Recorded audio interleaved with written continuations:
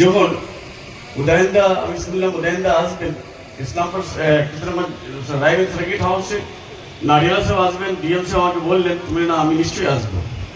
আমি যখন গেলাম তো আমাকে ওই গোড়ে বাবু আর গুরুদাস সাহা আমাদের অ্যাডভোকেট, কানাডা বোধহয় ওখানে সেদিন ছিলেন না, পরিষেবা অসুস্থ ছিলেন।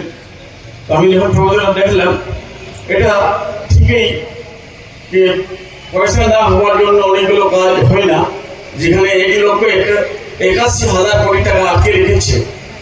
আর ডিপার্টমেন্টগুলোতে যে টাকাটা আমাদের এখান থেকে কালেকশন করে নিয়ে যায়, সে টাকাটা আমরা ফেরত পাই না। তো ডেভেলপমেন্টের কাজ করার অনেক অসুবিধা হয়ে যায়।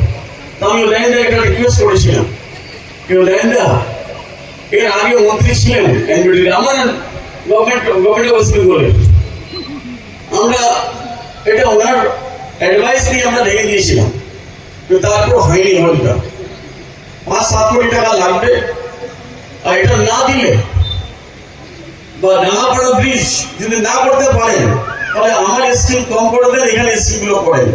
তো উনি বলে গেল ভাই ঠিক আছে, আমি এই দিকে আগে ধরছি। তো আমি উদয়নদাকে আন্তরিক ধন্যবাদ দিচ্ছি, আর ইসলামপুরের মানুষকে কংগ্রেচুলেশন জানাচ্ছি যে আপনাদের জন্য এটা উদয়নদা একটা বড় স্টেপ নিয়েছে। আমরা যে জানি এটা যখন উন্নয়ন পরিষদ ছিল তখন টাকা পয়সা কোনো গভর্নমেন্ট অফ ওয়েস্ট বেঙ্গল দেয়নি।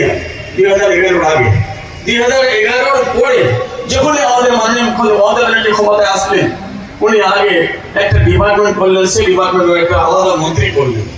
এই মন্ত্রী হওয়ার পর আমি অবাক হয়ে গেলাম যে আজকে 14-15 বছরে 10,000 কোটি টাকা আমাদের এখানে খরচা হয়েছে। এটা আমরা জীবনে আমরা পাইনি, এই 2011 থেকে আমরা পেয়েছি, যার জন্য আমাদের মুখ্যমন্ত্রী